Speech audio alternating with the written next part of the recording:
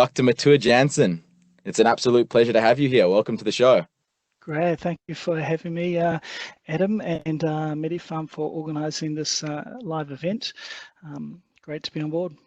Yeah, indeed. Well, Medifarm didn't organize it, but I love the folks at Medifarm. Otherwise, I wouldn't be working with them.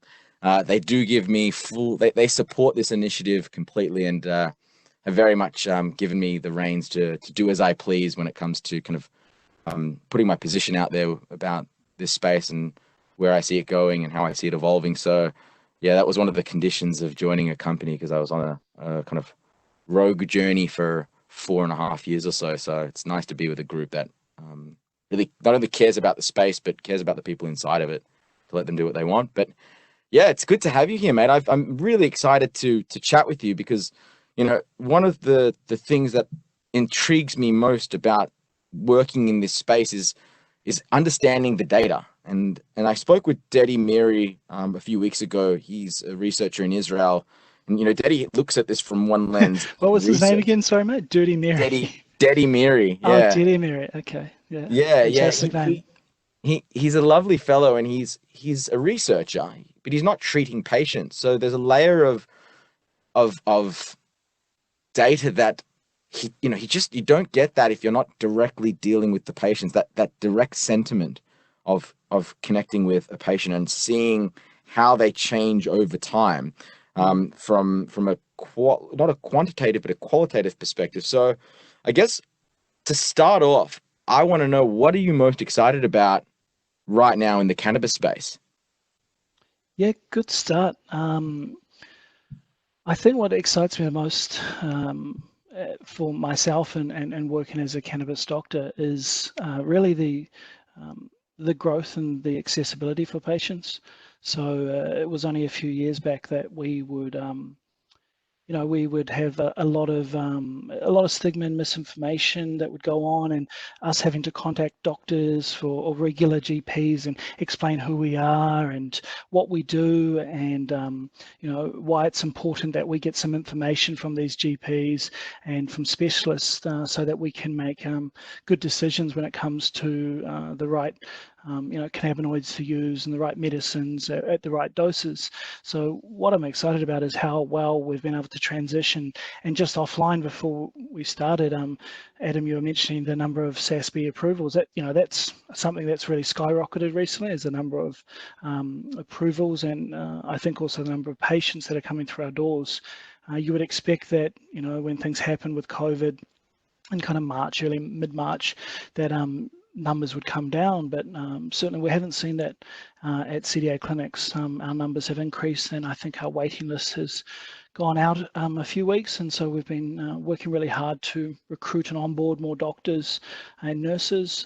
It's a challenging prospect for a lot of clinicians. They've never experienced the endocannabinoid system or learning about it, so there's a lot to learn, but we're lucky in that we've been able to recruit some great staff. So since COVID's happened, I think might be close to about a dozen staff that we've onboarded. So yeah, we didn't take any job keeper, and we've been able to do a lot of recruitment and work really hard to improve access across Australia. It's really great to hear that you're seeing such an increase in adoption. I'm curious about the doctors. When you interface with a new doctor who's naive to prescribing cannabis, what's the learning curve? Like, how long does it take for them to really understand the endocannabinoid system? And of the doctors that you speak with, what's the likelihood, or if you could give it a percentage, what's the likelihood / percentage of doctors that actually start prescribing after understanding what cannabis is and the profundity of this as a medicine? Yeah, great question. I'm still learning a lot about the endocannabinoid system. I'm still learning about the different medicines, the different formulations, the different dosing schedules. I think I might, there's maybe some slight technical difficulties. Did you get that last snippet? Yeah, I got your question. Your question was regarding doctors and how long it takes to train Matua, can you hear me? Yep, I can hear you okay. Can you hear me okay? Did I lose you a bit there? One sec. Loud and clear in the audience. I can hear you okay. Adam, now I can hear you. We've caught up. Okay, good. Apologies about that. So just going back to your question about doctors and how to train them and how long it takes. I'm still learning a lot about it. Our medical director, Dr. Ben, is still learning a lot about it. I don't think our learning process stops. But for doctors who have never learnt about the endocannabinoid system coming into it, it's a very steep learning curve. And I think it takes months to become comfortable with prescribing, and often doctors would start off at a very comfortable range, which would be, I'm just going to prescribe CBD, and I'm going to just find out what a good level is to prescribe in, and it's nice and easy to do it on the SAS portal. But then the learning curve in terms of understanding how and when to use THC products, and then getting a bit more dose-specific guidance.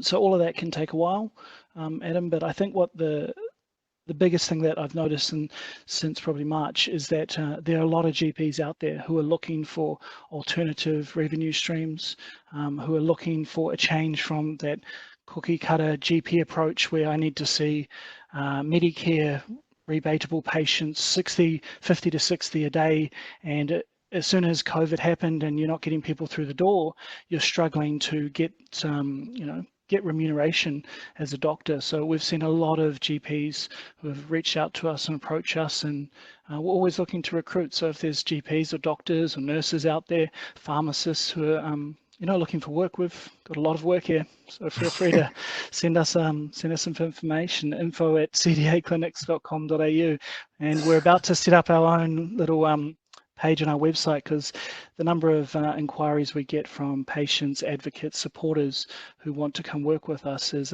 it's huge. Yeah, and it's fantastic because the staff we have here, the last 3 nurses we recruited all contacted us directly. Yeah, that's impressive. Shameless plug there. I love it.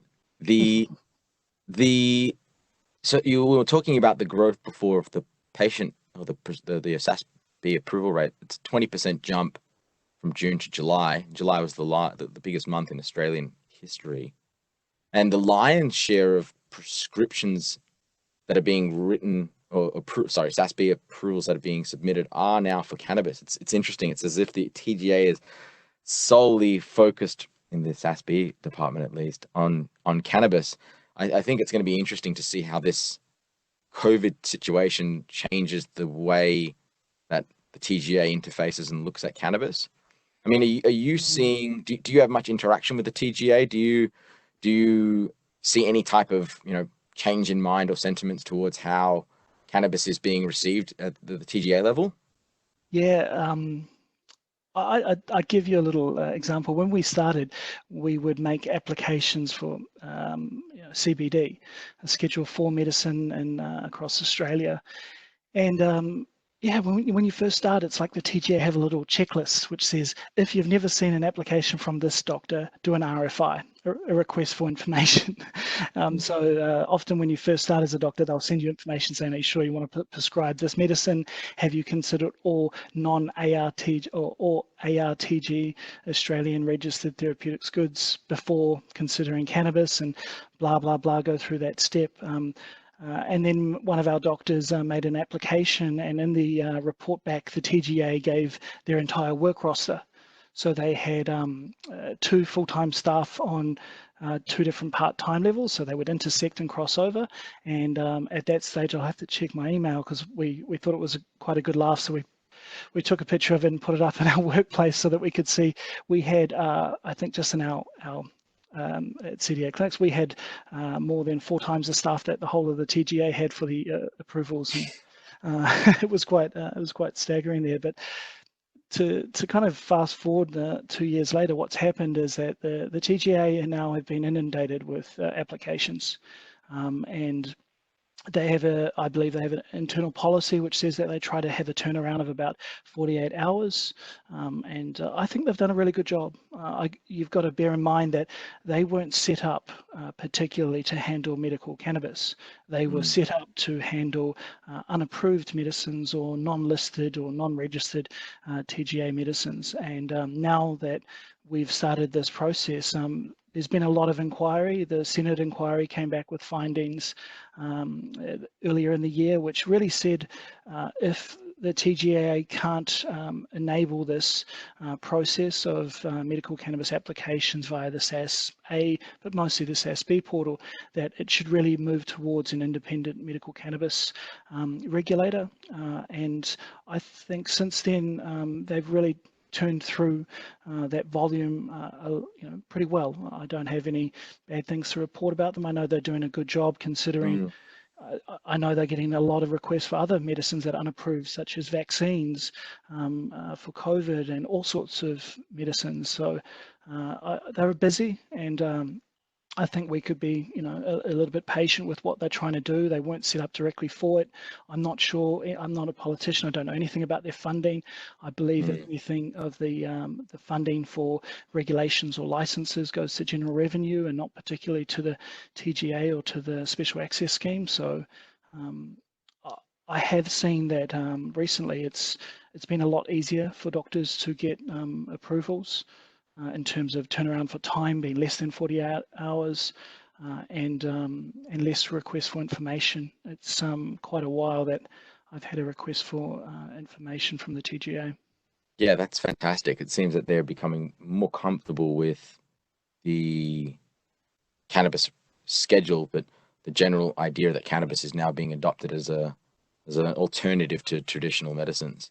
And I mean, I often think about what would be, what are some of the adjunct, where does cannabis act as an adjunct treatment to existing therapies? I've read some research around cannabis being used, I don't remember which modality of cancer, but for chemotherapy, there was some evidence around the utility of cannabinoids to support chemo treatment as an adjunct. And the specifics are around how the cannabis THC breaks down particular parts of cancer cells and allows for the medications to enter into the cancer cells more effectively. But are you seeing cannabis act as an adjunct for any other particular treatments?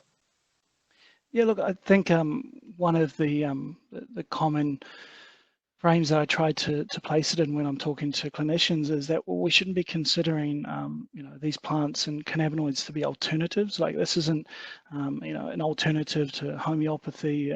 It's an adjunct, which means for people who are listening or watching is that we can use it in combination with traditional therapies. And for most patients, traditional therapies will be, as you mentioned, your chemotherapy. It may be opioids, benzodiazepines, anticonvulsants, anxiolytics, antidepressants, all of those range of medicines. So often when I have a consultation with a patient, they've been 10 years down the line of chronic pain and they're asking me, hey doc, I really need this medicine now. Actually, I needed it last year. Why can't I get it quickly? And when can I stop my opioids? Actually, I've already stopped them. Can't wait to start THC.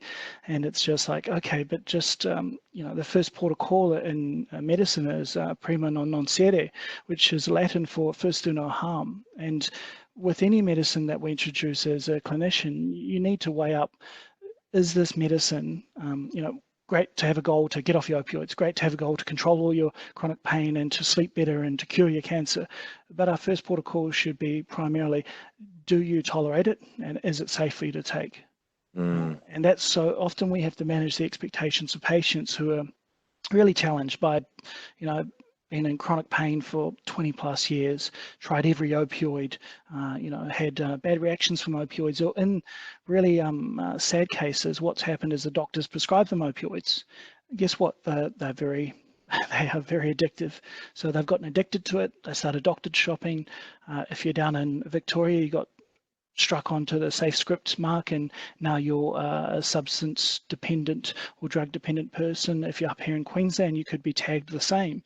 So unfortunately for a lot of sad cases of patients who have gone to doctor, been prescribed these addictive medicines and continued to take them, doctor shopped when their doctor all of a sudden stopped doing it.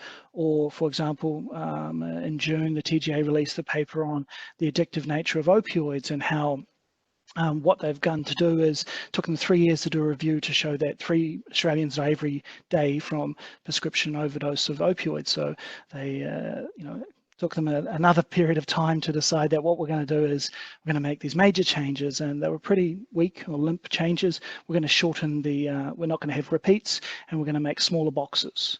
Okay, and so what's happened is then, the big struggle has been these patients who have been classified as drug dependent, who are then going to GPs who won't give it to them anymore, just stopped prescribing. They've then had to go around to different doctors to try to get it, and they're stuck.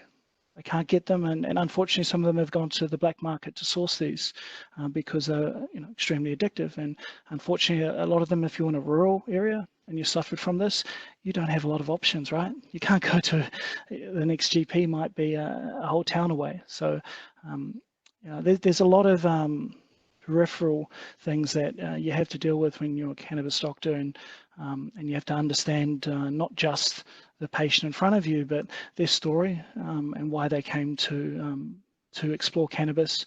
And for many of them, it is a fact that they have tried it and it has worked before. In the past, yeah, and it's fascinating because as a doctor who prescribes different cannabis products, you know all too well that one cannabis product won't work the same as another for a patient with one particular symptom versus another. And yeah, there's a lot of expectation people place on this, which is unfortunate, but it's a double-edged sword. It also garnishes a lot of interest. Are you so I just want to touch on cannabis dependence. Do you see much cannabis dependence in patients? I mean, can you hear me, Matua? Yeah, Your camera just went off for a moment. Okay, now I can hear you clearly there, Adam. I don't see a lot of cannabis dependence. I see that sometimes. There we go. You're back. Sometimes they're with cannabis dependence. Sometimes there is a. All right, the wonders of technology. We'll catch up in a moment. I'm sure of it. I was just saying. In the meantime, Matua, your mannerisms are slow and calming. Can you hear me okay now there? I can hear you the whole time, by the way. You sound nice and clear to me. You can hear me now? Yeah, I can hear you the whole time. I think, yeah, I think I'm not sure, Adam, but I can hear you and see you fine. Maybe your internet connection in that little room is a little bit slow, mate. Yeah, well, it might be that I built this fantastic podcasting studio during COVID. It's actually it's great. I don't know if I've built it too well that it's blocking internet connection, but we'll make do. So I appreciate you waiting there. I was going about cannabis dependence. So did you already start talking, or would you want me to finish what I was what I was going to ask? Was there already a tangent of thought that you wanted to explore? There was just an element there, that the difference between physiological dependence and a psychological dependence. I use an example with patients being that if you had to take porridge every day for breakfast, okay, you're going to get a bit sick of it, okay, but it might still be working quite well. It might still be providing with the carbohydrates necessary to have a good kickstart for the day. And that's the same with cannabis. You may find that, hey, it's still binding to the receptors at the same amount. It's still producing nociceptive, a lack of pain or a reduction in or an improvement in mood. However, you may find that taking, for example, if you're vaporizing the same flower every day, that it's not quite giving you. So the psychological idea that it's not quite giving you that same improvement in your symptom control. So I do encourage cannabis holidays for our patients, 24 to 72 hours of taking, either a reduction in dose or even a complete cessation of dosing. It's important for patients to realize that we're not just trying to replace all your opioids with all this THC or CBD. Like these are all going to be wonderfully appreciative and manage all your symptoms, and you're going to be happy and great. It's really important that patients realize that we want to replace something or substitute it with a safer medicine, a plant-based non-synthetic medicine. And equal to that, that if you feel like you're developing some tolerance to it, that it's okay to take a break. It's okay to reduce your dose down. Okay, and that makes a lot of sense. Ethan Russo commented, show that I heard him speak on, that I think after 21 to 31 days, your cannabinoid receptors completely reset. Have any of your patients stopped for a month and come back and started again and found the effects more the same as the first treatment or more effective? Yes, yeah, we have had a number of cases where that's occurred. In our clinic, we generally don't go a whole month without that. For most patients, 48 hours with a break, and patients will be giving you a call and letting you know, hey, I need to restart it. For CBD, that's subtle in nature and effective. It means that they're not aware, and 48 hours, 72 hours off, they become quite conscious that it was working. They just weren't aware of how it was working.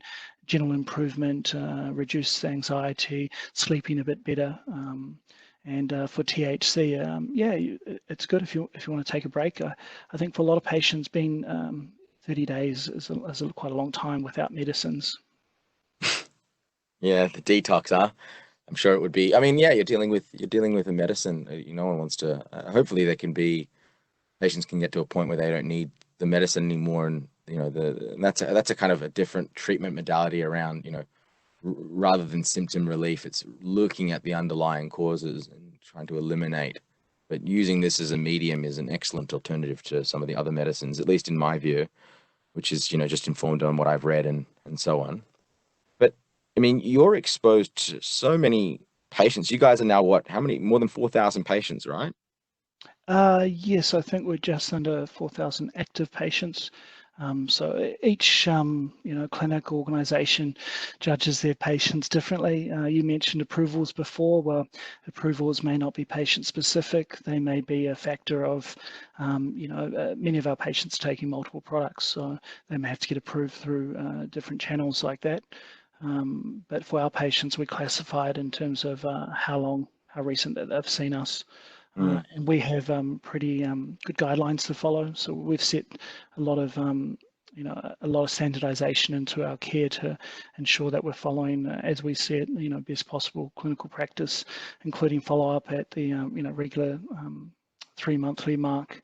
And I think that's probably where I hope the industry moves towards, is an understanding of how often your patients are coming back to ensure that they're taking the medicine safely, and that I think you're touching base with to make sure that they're taking the right ones at the right dose. And we had a clinical meeting. We have our clinical meetings every Tuesday, and 2 weeks ago we had one where one of our nurses who's just come across. We scooped him across from Canada, actually, and he was talking about how when the market becomes a bit more mature, what the clinics really become is the ability to have really specialized, personalized dosing. Okay, because before that, sure, you can go to the recreational market in Canada, but you're still getting unknown quantities, unknown products. But you could be wasting that all if you're not dosing it correctly. You may be taking more product than you need. You may be taking the wrong product. So that's something that we identified early, and we've been working hard to look at standardization for how often you follow up with someone when they're on a particular medication, what the starting dose is, what's the therapeutic dose, and then what the maxims are. And so that's really exciting kind of clinical stuff that gets us up and at 'em and wanting to have a good chat about things. Yeah, I could imagine this. I mean, you're at the forefront of a space that didn't exist before. Is there any unexpected treatment outcomes that you've seen that have surprised you? Yeah, actually, it's funny you mentioned that. I used to say this thing because you talk to a lot of patients, and I used to say this phrase, look, it's not going to cure your cancer, and it's not going to put hair on your head, and that was pretty much my go-to. It's not going to cure cancer, and it's not going to put hair on your head, and now I have had patients who have cured their cancer with it, and to be, to make sure that there's a disclaimer for people thinking that they're desperate. And look, some patients are having some amazing results. That doesn't mean that I'm sitting here going, I'm giving you this to cure your cancer. It's just some patients have found certain medicines to help with them. And as you said before, Adam, the adjuncts to things, it's not just in isolation. But patients have cured that. We've had patients with pancreatic cancer who've treated their cancer, and then recently I had a patient who grew hair on the head. And yeah, it was, so I had to rephrase what my go-to was.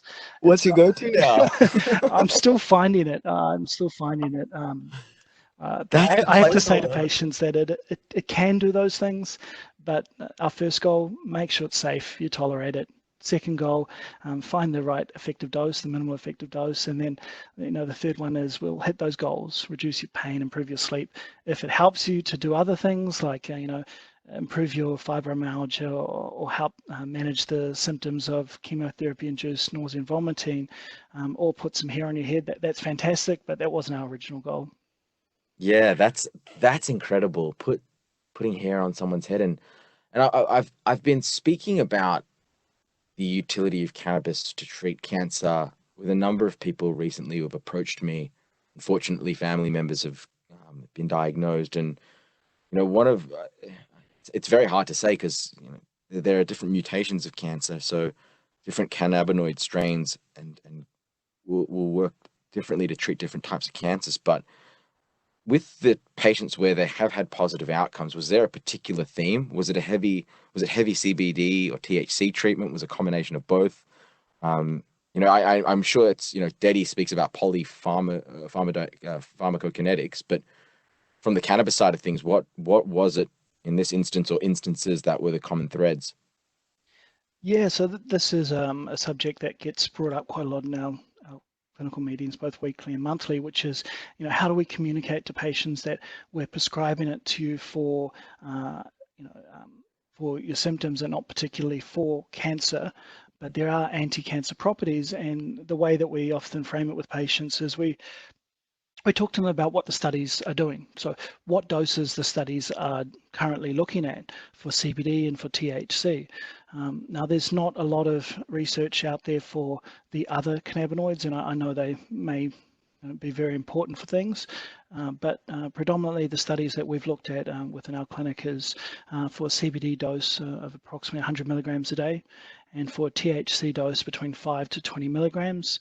And it's quite a wide range, but you've got to remember, if you're an 80-year-old lady who's been diagnosed with metastatic breast cancer, you're not going to be jumping straight to 20 milligrams plus of THC. This is a cannabis naive patient.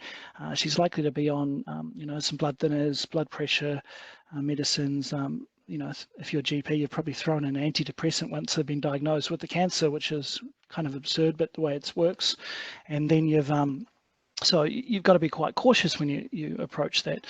And for our elderly patients, we use a lot of microdosing. So, 0.5 to 1 milligram Q4 hourly, but it is a lot of work. There is so much behind the dosing and how to get it right that I wasn't aware of when I started. I thought, hey, why can't you get it like 2 Panadols every 4 hours? So why can't I give you 2.5 milligrams, a 5 milligram capsule of THC and just go for it?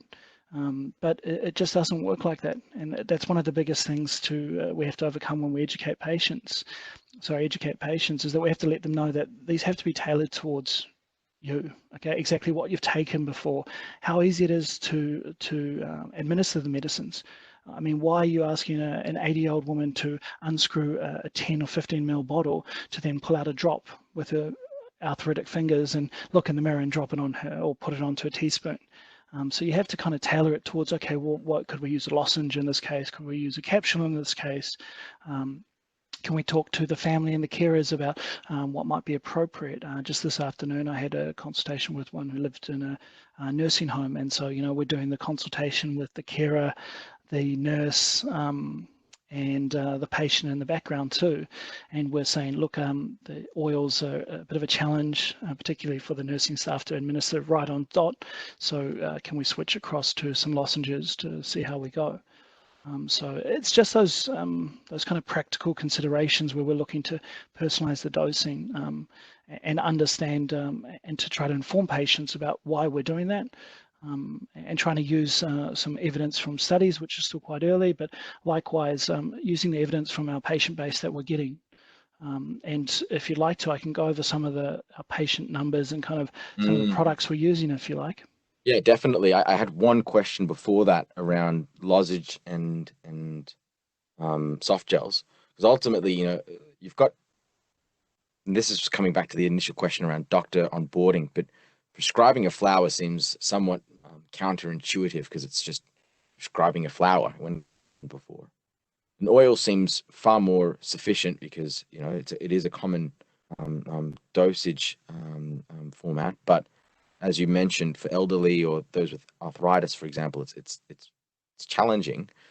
Are you seeing much interest and uptake in soft gels and other formats that are able to be consumed via taking a sip and gastrointestinine absorption?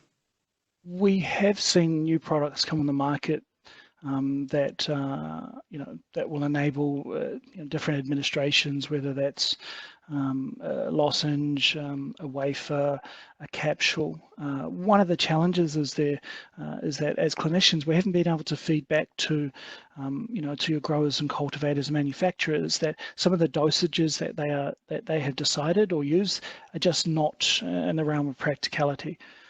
If your only capsule is a 5 or an 8 milligram capsule of THC, guess what, guys? That's going to rule out a lot of the population. If you're cannabis naive, I don't think it's best to jump straight into a 5 or 8 milligram capsule. If you've done a 5 milligram capsule, but you haven't added any CBD into it, or you've got a 10 milligram lozenge and you haven't added any CBD into it, you're not really looking to use that for a cannabis naive patient, are you? So it's probably just as the evolution of the industry and as we see a bit of maturity and development, and we are seeing a massive increase in the number of companies that are coming on board and manufacturing and producing these medicines. And so I think we'll see a bit more of that. And I think it's great for patients to have a bit more choice and for clinicians to understand how different products may work differently. I will say that I caution that by saying that there isn't a massive amount of data that a specific product is going to be changed absorption-wise. So is there evidence that I can say that a lozenge is going to be dramatically different to an oil or a drop of oil? No, not right now, but it may not be that we're looking for an absorption change of 6% to 8% for many patients. It may be just the administration of a lozenge is far easier than having to do an oil, for example. So practical considerations as opposed to the level of maybe physiology that scientists are looking for. I mean, that's where the excipients will be interesting in the future, because there are businesses that are working on more R&D focused projects around different terpenes or excipients that will increase bioavailability and so on in these formats. But yeah, I completely appreciate what you've said there around maintenance and your titration products versus your maintenance dose products, the lower end threshold versus higher end, and when are these to be used and how could you use them in conjunction with other products. But yeah, there's a lot of learning still to do in this space, and I'll touch on that with you a bit later. But let's come down to get to some of the data. So I've asked you what's most surprised you as a treatment outcome. What do you like? So who is using cannabis in your patient cohorts? What can you talk about some of the indications you're most commonly prescribing for, and talk about what's being adopted for those particular patients, whether it's high THC, CBD, etc. Yeah, I'll jump into that if you like. Just remind me before we finish that, and that we'll go through those Q&As and answer a few of them. I see a few interesting ones, and I'm happy to jump into them. Yeah, for sure. I mean, we might. There's so many questions here I've got. So if we go over an hour, then everyone will just have to forgive us, because the quality of the content, I'm thoroughly enjoying this myself. So I'm happy to, mate. So let's start off with we've got some data here from about October 2018 to end of last month. Our average age is 49. Our youngest age is 4-month-old. Our oldest age is 99, so a pretty wide bracket there. In terms of age demographic, there is a bit of a double peak there. It peaks at about in terms of standard deviation there, we've got a bit of a peak at the 33 mark, and then again at about the 65 mark. Otherwise, it's pretty well distributed. Then in terms of products themselves, oil is still the predominant one. About 73% is oil. The second most common one would be flour at about 23%. Then it comes down to capsules, about 2%, crystal, about 1%. So that kind of gives you an idea. We as a clinic are very comfortable and experienced with prescribing flour. And you mentioned there about how does a doctor, what's the learning curve for a doctor? Well, I'll show you a common learning curve, and it's one that I experienced myself, which is you jump into it, so much to learn. So what do you want to do when there's so much to learn is you want to practice in a nice, safe realm. And for most clinicians, that is, I'm just going to prescribe CBD. Okay, so there's a lot of doctors out there who just prescribe CBD, and it's fantastic that they've taken that leap across. And for many of them, it's very rewarding. I helped educate a doctor who then went on within 3 months to have 46 patients all on CBD, and most of them doing very well on it. So that's good. And then as you get more experience, you start to question, why am I not prescribing THC? And then as you start prescribing THC in oils and different formulations, you become a bit more comfortable, and you understand that there is a place for flour, but it's not the majority of things by any stretch. About 1 in 5 patients may be taking flour, and you alluded to earlier in terms of dosing. How do you work that out? For us, we have a very simple regime, which is if we are going to start you on flour, we'll start you on a low dose flour. I understand for many patients, they're like, oh yeah, but I take 4 grams a day. Well, where are these 4 grams? You're getting them from the black market. I don't know what's in that. You don't know what's in that. Okay, I was prescribed it overseas. Well, please show me did you get it prescribed by a doctor? Something to validate it. I always try to tell patients, it's like you coming to me and saying, oh, I take Valium, I just buy it off the street. But I take 20 milligrams of it a day. And maybe that's not the best example. My main example is that unless we can validate it, we have to start with what's safe. And what's safe is we do prescribe flour. So, it's not every time, but if there's a patient initial consult where it's registered and it's our clinical team bring it up, and often we'll discuss it if it's a patient who's going straight towards flour. So we'll discuss between the nurses and the doctors, and we'll say, okay, great. If that's the case, we're going to start off at a low strength flour, maybe one that's got 6 to 8% THC, a little bit of CBD would be great in it, and see if it's going to work. Okay. For many patients, they'll be like, oh, I'm a bit upset about that, but look, I'll give that a try. You may find that that's exactly what you need. You didn't need some 20 to 25% THC. That's more recreational level stuff. And indeed, all you needed was a little bit of THC, 1 inhalation every 10 minutes, and wait that 10 minutes to see if you need it. You don't need to flood all those receptors and feel high and euphoric. You may find 1 inhalation and vaporize at 200 degrees Celsius is done really well. So, it is a bit more for patients who are, they know what to do. If I'm getting a patient coming in who's never smoked or vaporized cannabis, I'm not going to go, okay, great, go buy a vape. I'm going to educate you on that. Go buy flour. I'm going to educate you on that. It's just not going to, that's not going to work. What if they're in severe pain and they're seeking instant relief? Would that be a conversation you'd be more willing to have with a patient that's kind of fits that category, even if they're naive? Because the onset for flour or for inhalation is well documented versus the absorption and duration for ingestion of an oil, for example. So are there cases where you will immediately jump to a flour? Yeah, there are. And I would say that it's rare that I wouldn't jump to the flour without the THC oil. If you're looking to get some baseline pain control, and I haven't jumped into it yet, but pain is one of our #1 presentations, is that you will need to have a baseline. You need to get the edge off it, and some THC, some microdosing of that will help.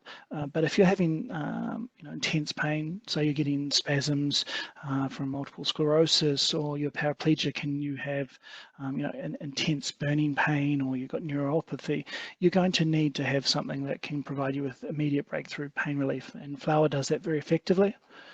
So as I said, it is a very good medicine for the right indication, and in particular for patients who are not cannabis naive. So yeah, we cover all of those bases. I think I could think of a case where we haven't, considered both the use of flower and oils in combination.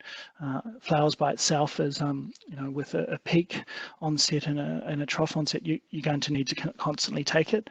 So every 10 minutes or 30 minutes, if you want intense pain, you're going to have to keep coming up and down on it. So it's not the most practical thing if you're looking at it like that. You'd probably want a combination of a THC oil there, as well as a flower. Okay, so with, I mean, there's a lot of products here, and the cost of patients will be quite high given the level of maturity that the industry's at. I'm curious about, so before I kind of ask some questions about the type of patients from a demographic perspective of their indications, are you seeing that this is being taken up by what social demographics? Is it people who are working full time in the CBD in a corporate job? Is it hospitality? Can you give a breakdown of the demographics? Because I find that interesting, because it really speaks to the issue around pricing. Because there are some people that they can just afford this, and others that cannot. But I don't know what the split between those two groups are. Can you talk about that for a moment?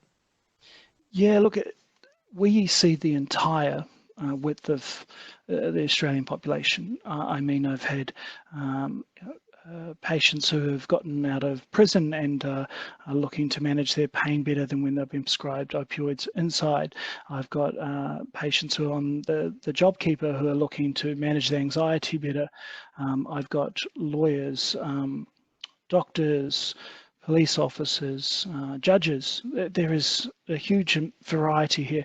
And when you go from 3-4 months to 99, and you've got an average age of 49, you're seeing the whole gamut there. In terms of getting down to what their income is, when a patient comes to our door, we're not seeking to ask them exactly how much you earn and whether you can afford this. So a lot of what we do is there's implied or assumptions based on whether they're able to consult with us and whether they're able to follow up with us, and then there's direct feedback in terms of the pricing. Unlike many other clinics, it's really important that our patients are aware of the price. So we inform them exactly of what the recommended retail price is for these medicines. We don't want there to be surprises. For many patients, it is a challenge to be able to afford them.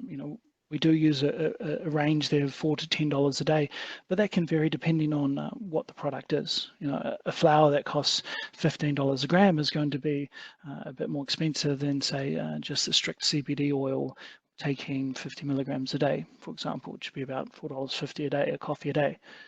So for most of our patients, they're aware of those prices, and I think being transparent and honest on your cost pages so people can understand what the consultation fees are and understanding of what the average is.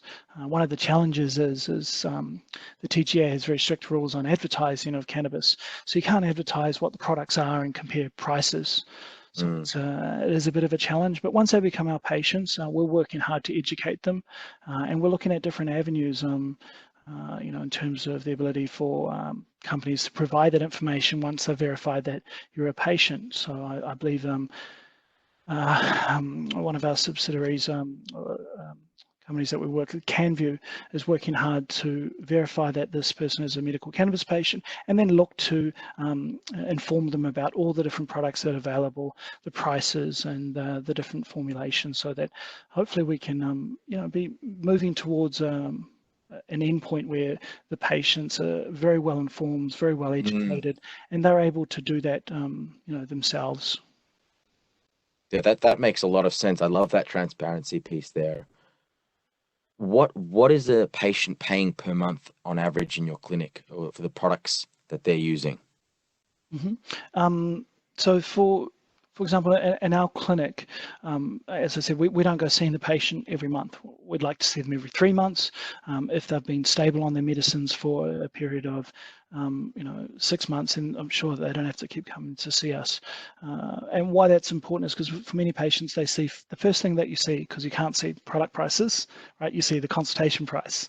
And so for them, they say, okay, can I afford to come through the door and then get consulted and prescribed?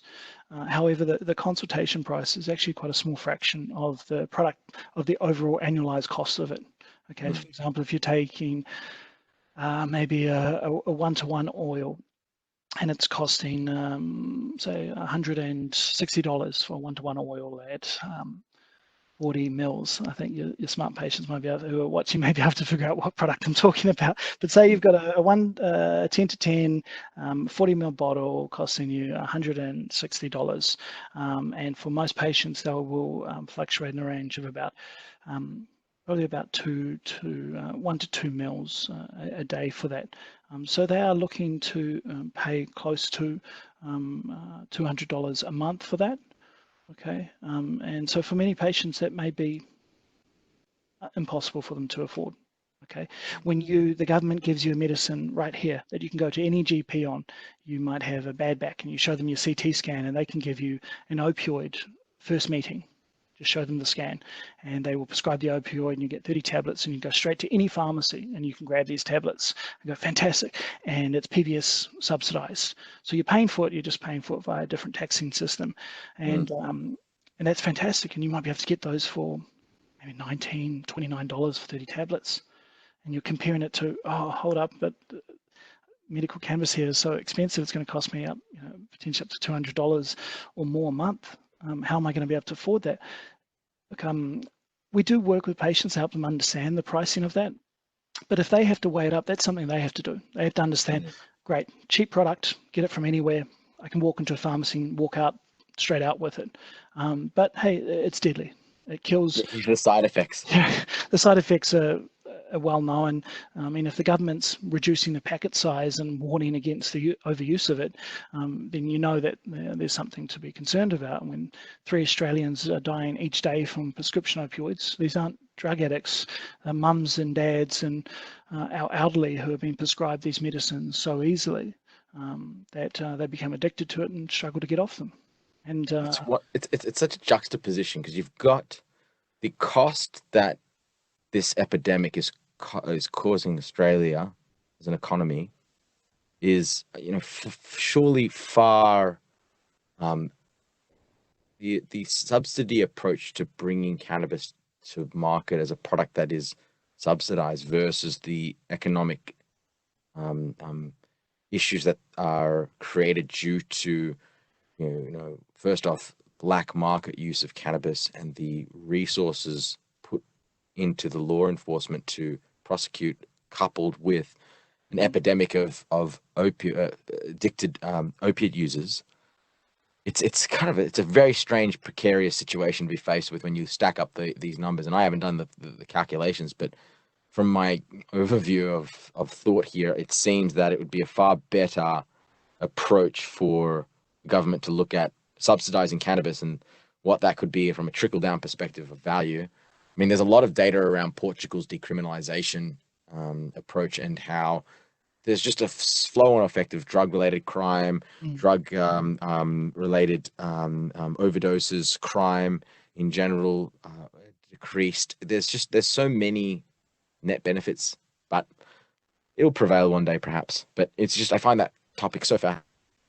Do you have any thoughts? Just following on for that, I was just wanting to jump in and probably say that for many patients, though, they've already made the decision by the time they get to us. They've made the decision, I'm not going to continue to take opioids.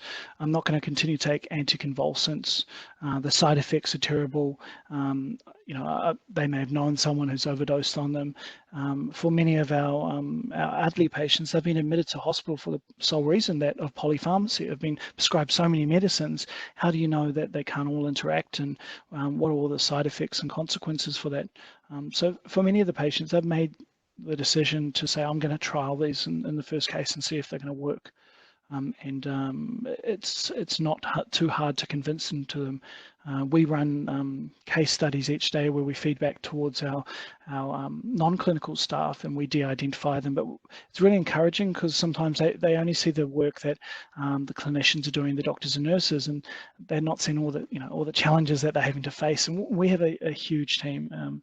A fantastic team, of I think we're up to 34 full-time employees, where whether that's admin or reception or patient care team or marketing team, they're wonderful and they're working so hard. So we want to feed back to these wonderful cases where we've got patients off Lyrica and talk about a medicine that's subsidised by the government, that they get PBS funding.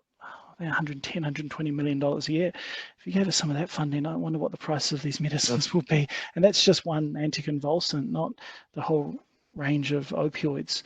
So for many patients, they've made that decision, and it's a decision to take safer plant-based medicines, and they're willing to handle that cost and to budget accordingly and to factor it in so that to make sure that they can afford it. But like many of my patients, I look forward to a day that the medicines are a lot more affordable in terms of comparisons to traditional medicines and pharmacology. Yeah, I appreciate that. You and I both. Do you see many drop-offs due to price? And further to that, what is the common, what are you seeing from a percentage drop-off rate in general? Yeah, maybe I'll continue with some of those numbers. In terms of our return rate, and for patients who are leaving, it's not necessarily because of the price, it's because it's not working. And it's okay to say that as a doctor, hey, guess what? Cannabis doesn't cure everything. It's not going to work for every case. Okay, it's important for patients to realize that. And I'll give you an example. Recently, there's been a lot of talk in the media, and the NPS, or National Prescription Service, has been sending out updates about immunosuppressants. And I think a lot of this has happened post-COVID. People are questioning whether specific immunosuppressants could have been helpful for it, whether that was early on methotrexate, later on regarding the rheumatoid arthritis drug, hydroxychloroquine, and whether that was beneficial. So we have seen, or I personally have seen in the last 4 weeks, a big increase of patients who are on immunosuppressants who are trying to get off it. Because of a lot of the talk around it. I'm honest with them in saying it is very hard for us to replace cannabis with an immunosuppressant that you've been on. For example, I had a patient who was on Imuran for 7 years, who's come to me trying to get off the Imuran, and I said, look, I know that's the end goal. You want to get off the Imuran because it gives you side effects, it affects your skin, your mood. However, you've been prescribed that because you're missing a kidney, or you don't have a spleen and you're at risk for infections, and all of these sort of reasonings. It's hard to say that cannabis is going to cure that. Okay, it does. CBD in particular might have some immunosuppressant properties and have some anti-inflammatory properties, but that doesn't mean I'm going to be able to stop that medicine. I think it's far more realistic to say, let's give it a try, monitor your inflammatory markers, talk to your specialist about it, and take a conservative approach to it. So in terms of the feedback from our numbers here, we are seeing that there's a drop-off from patients, but it's not particularly from the price, it's from the fact that the medicine's not working, and that's okay. When medicine doesn't work, do you try an additional type of product? Because, product one will have a different chemical makeup than product two.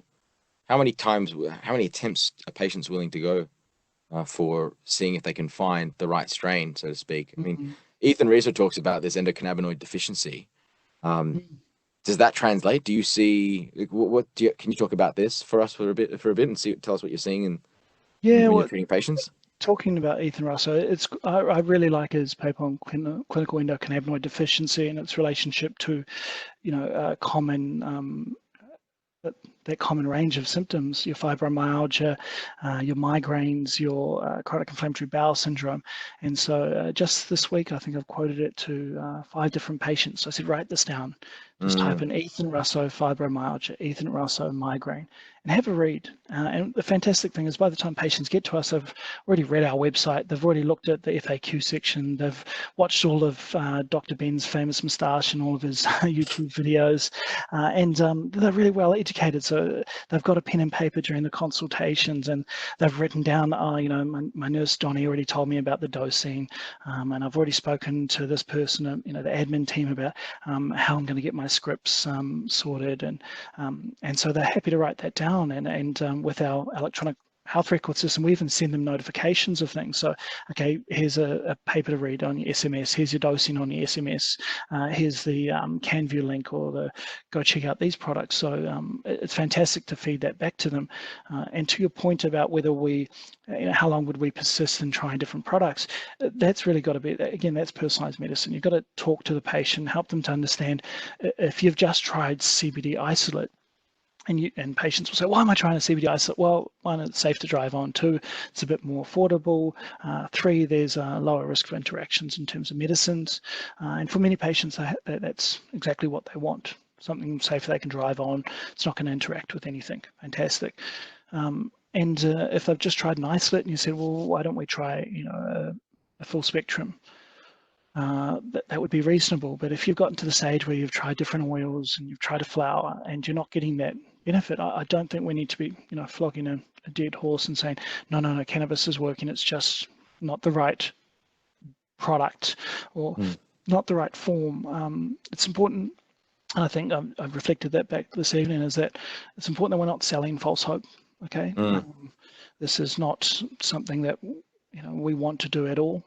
For many of our patients, I said before that they're sad cases where they've felt let go by, or disappointed and frustrated by, the traditional medicine, where doctor just said, oh, you're depressed, I'm going to prescribe you, here's citalopram. Or you've got neuropathic pain or reticulopathy from your nerve pain, here's opioids. Or you've got you know, some epilepsy, I'm going to prescribe you some valproate, or, you know, something like that. It's just a one size fits all. So if we're breaking the dogma of people saying that there's one treatment for everything, we have to be willing to say that cannabis is not going to work for all conditions, and that's okay. What about patients that have been using a particular product for a duration of time? Is there a point where it stops working and they need to switch products? Or is that washout period sufficient for that same product to then be effective again? Yeah, good question. I think, if I'm being honest, you're going to have to take data from quite a long time to see that. And I would have to say years to get that sort of feedback. On an anecdotal level, I've had a lot of patients who have done really well on extended periods of time. So, you know, 12 months, 18 months on a CBD only oil or a broad spectrum oil. And so I haven't found that all of a sudden that it stopped working. We did talk earlier there about the difference between a psychological versus you know, a physiological dependence, and you know, having a cannabis holiday or taking a break to understand whether the medicines are still working. It's an important thing, and it's you know, couldn't take that with opioids. If you tried to take, if you've been on opioids for years and you tried to take a break from them, please don't. It's not recommended. The withdrawal symptoms will be terrible. Yeah, I could appreciate that. You spoke about COVID before. I'm so fascinated about this, the treatment trends in this particular period of time.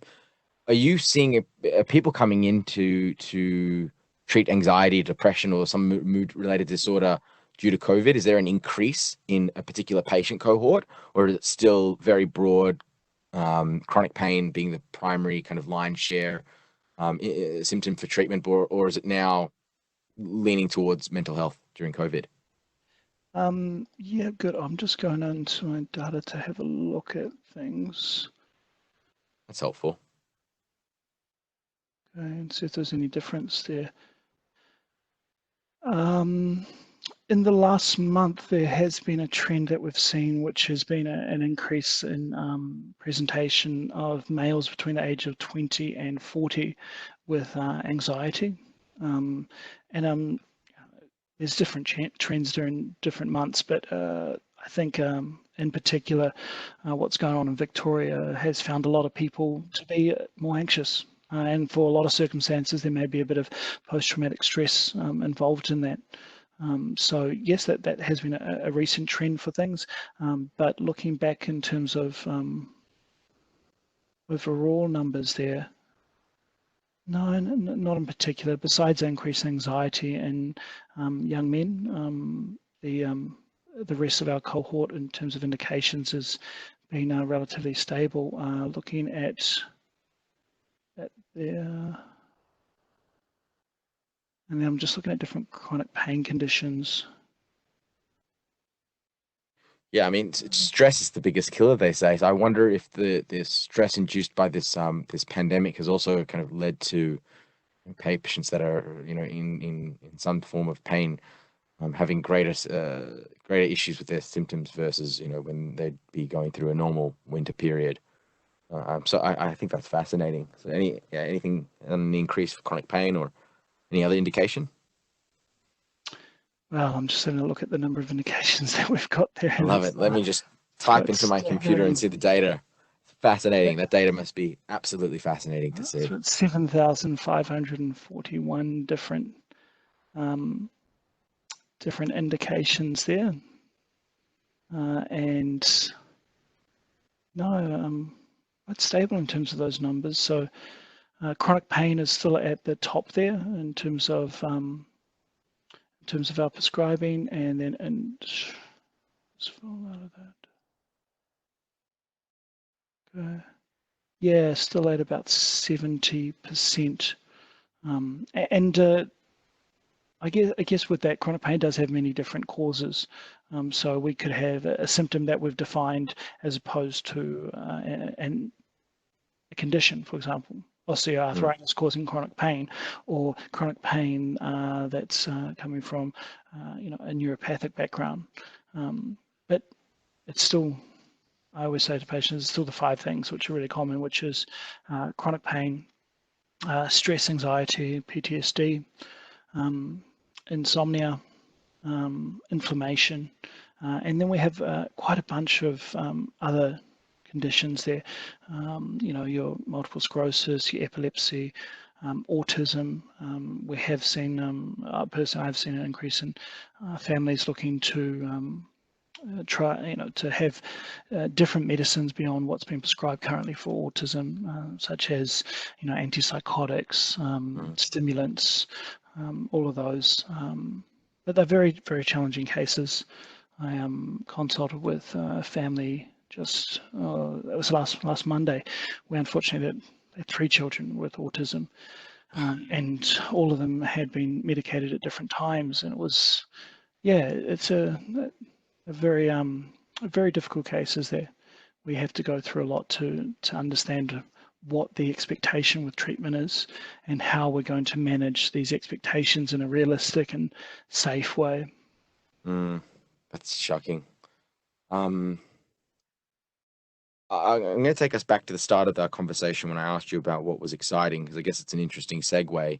What are you losing sleep over at the moment in this space? What's causing you the most concern? Yeah, personally, I would love to see. I'd love to see more products and a greater supply in the Australian market. And the hardest thing to tell a patient is this medicine's working, but unfortunately we can't continue to supply it. Okay, and unfortunately it's a really challenging thing. But these medicines are not produced in the lab. So, I could go off to China and probably take an order for fentanyl, and they could make it in a whole week, and it'd be enough for the entire Australian population to overdose on for 2 years. Okay, they make it in a lab, it's synthetic, it's nice and easy. Lots of different derivatives, and you can read up on a good book is Fentanyl Incorporated to read how that's made. But these medicines are grown in greenhouses, they're grown indoors to specific standards with ideas that we have to ensure that standardization for the way that it's grown, for the way that you turn it into a medicine, the lights it use, all of these things, and it takes time. Okay, so it takes so much longer to make these medicines, to standardize them, that until we can get regular supply, I'm still working hard with patients to get them to understand that this industry is in its infancy. Okay, not just in Australia, in the entire world. Okay, to produce the exact same product every time is really hard. To produce enough of it when you know it works is even more difficult. Okay, say you've got a company in Canada that can produce some really good quality broad spectrum oil, and you start using it for patients. Then say for example, the price of importing into Australia comes a bit more, and with COVID delays, it's a bit of a challenge. And they say, well, why can't I send it off to Germany? I'll get double the price per milligram that I can. And it's a commodity-based pricing. It's really challenging, for companies, and say they've spent a large amount of capital to outlay it to grow the facility and develop it. They've worked extremely hard to do that, and so I understand that they have to try to get the best price for that medicine.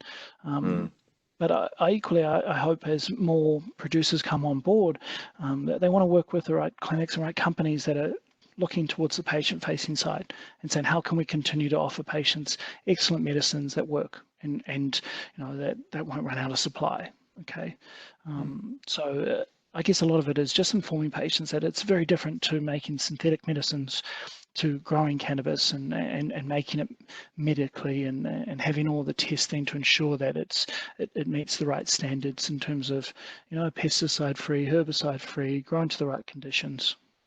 Yeah, I find that one interesting because I look at Australia as one of the, if not the easiest country in the planet to import product into, and there are so many products now available on the market. So there seems to be a glut. My concerns around the quality piece, because I link this back to the work we're doing at MediFarm, because ultimately one of our core objectives is to ensure that we can supply the Australian patient population as it grows.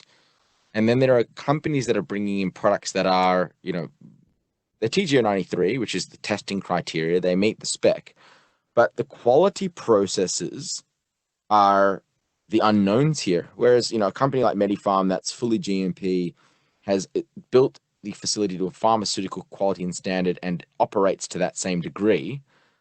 There is no question in what will come out of that facility from a quality perspective. Every single part of the supply chain has to meet the highest level of quality. My concern then starts when you've got product coming in from overseas where you don't actually understand what the supply chain is. It meets the spec, but the supply chain is unknown. You don't know what the extractor machine looks like. You don't know what the crop field where the cannabis was grown looks like. You don't know how it was handled.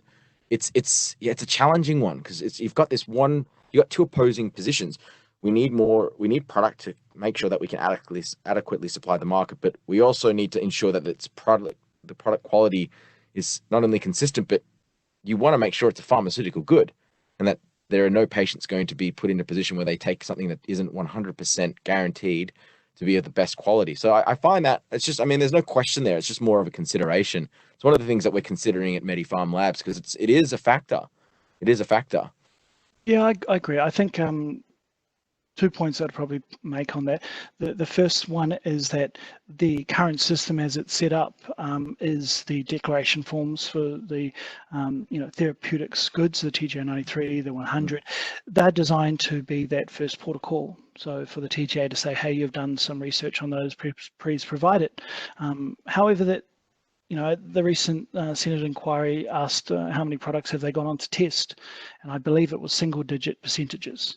Now, when you have a system that says that you're going to declare it and we're going to take your guide, but we're only going to check it 8 out of 100, yes, you're going to have some question marks over it. And I think that was identified that they should be testing more of them, and my understanding is that they are, and so they should be. And we've worked with a number of companies that have provided us with their testing here in Australia, and I think more companies are coming on board to understand that we should be getting that tested by the right facilities, and you mentioned their GMP facilities to test it to ensure that these medicines are safe. Second point was to the idea that there's a glut of products on the market. There's a lot of product range there, but in terms of supply, I would argue that there's not. If you can show me that there's 1,000 of this and 5,000 of this, then I'm saying great, amazing supply.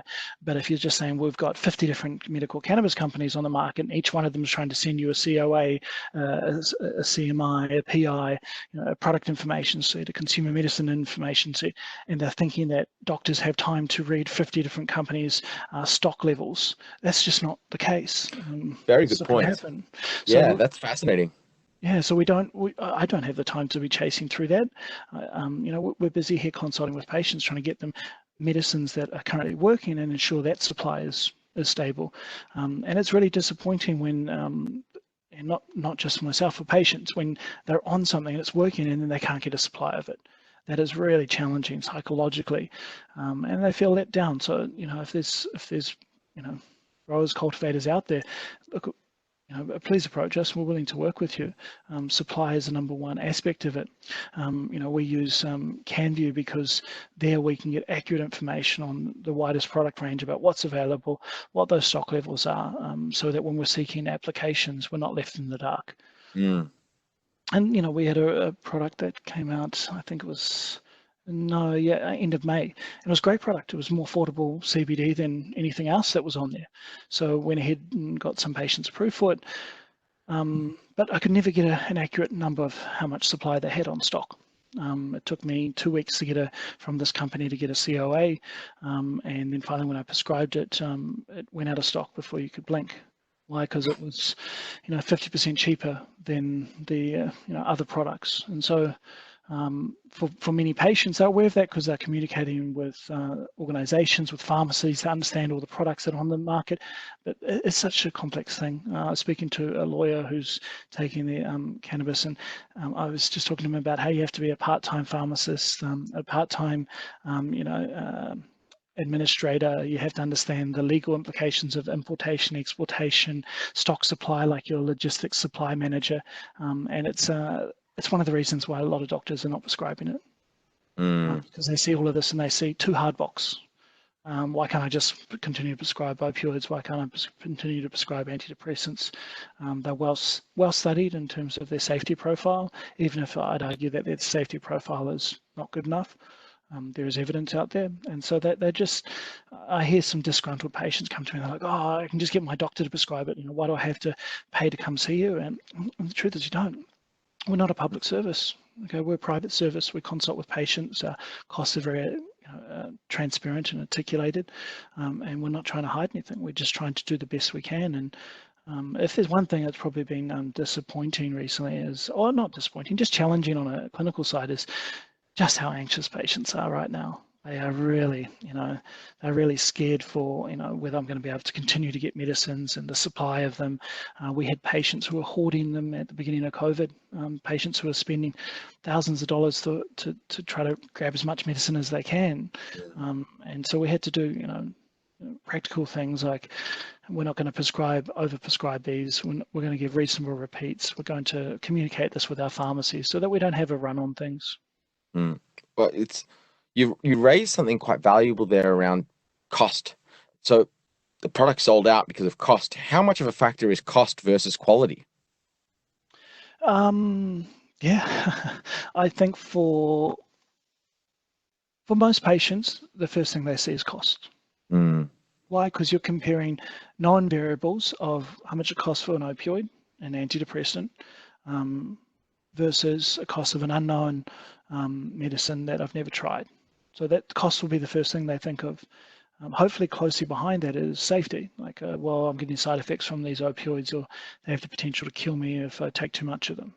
Okay, but for many patients, they're thinking, okay, if I do want to try something, what's a more affordable option?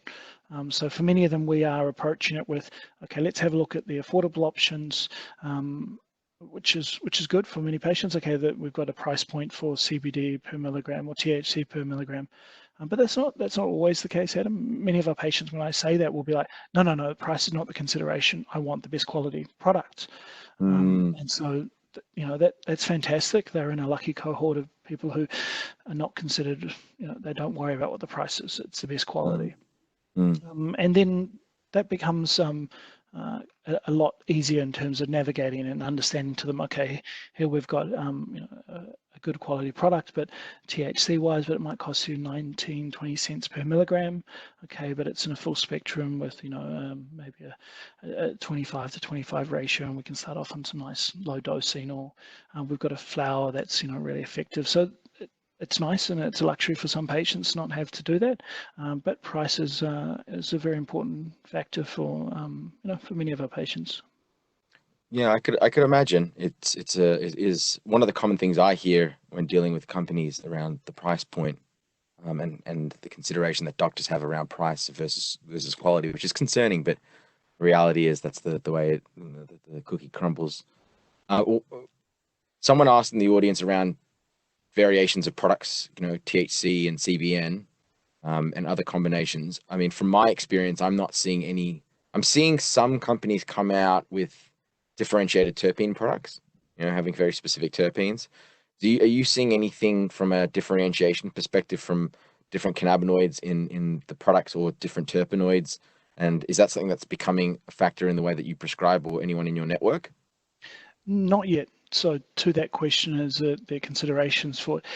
There needs to be, right now you say there's, it's a wide product range, but there's not, for specific products, for example, a good full spectrum oil, there isn't a lot of options there to say that we've got them. There's only a handful that we're currently prescribing. So, if there's companies out there, there's a lot of white space in this area to come out with products that have, a full range of cannabinoids in it, because right now there's not that many to choose from.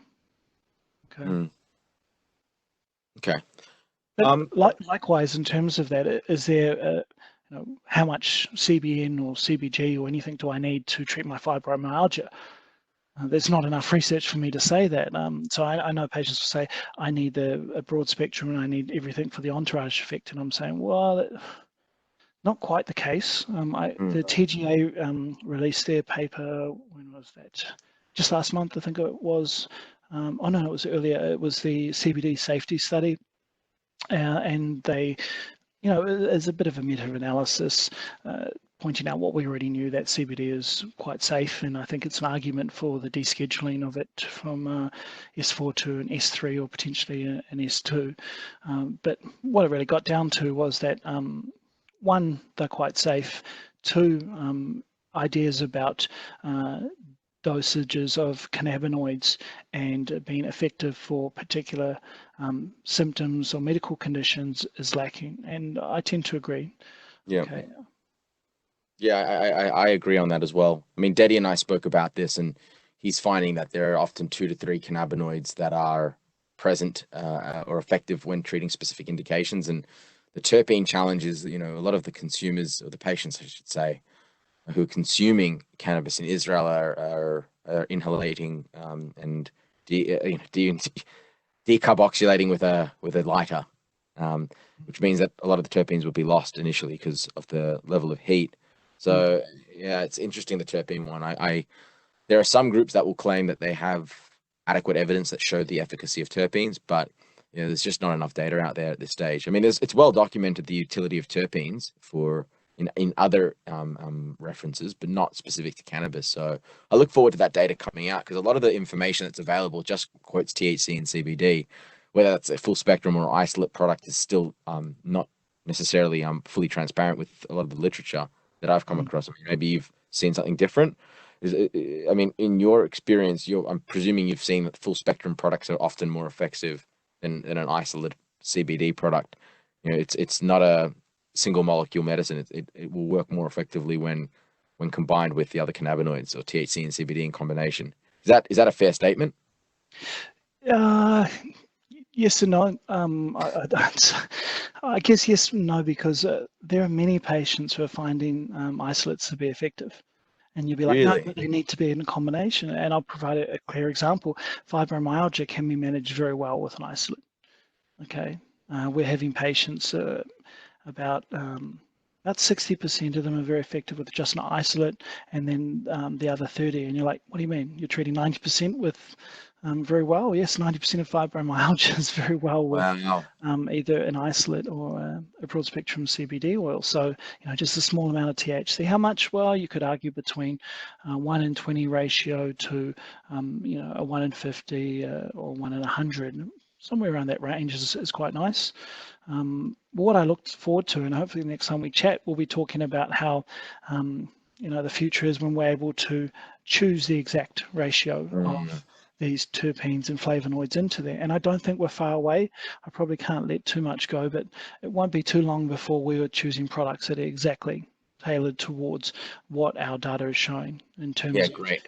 exactly for the ratio for particular condition. I mentioned fibromyalgia because our clinic does a lot of that and quite tailored towards patients and their symptoms. So no, it's an exciting space. I think watch this and how it takes off. And I don't think it's going to be long before we're moving away, from fixed kind of thing of an exact ratio to, hey, why can't we personalize this for the patient?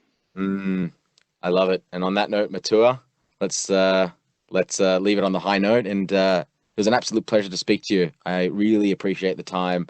Thank you so much for being generous. An extra 20 minutes of wonderful content. And we'll do this again because I haven't even gotten through a quarter of the questions. So mate, you take care of yourself and all the best. Stay safe. And thank you for the incredible work that you've been doing. Really appreciate it. No, thank you very much. And thank you to all of our listeners this evening. It's a privilege to be with you and for you to spend time. I'd love to do it again, Adam. Get through the rest of your questions. Happy to. Sounds like a plan, mate. All the best and take care. Cheers. Thank you. Ciao.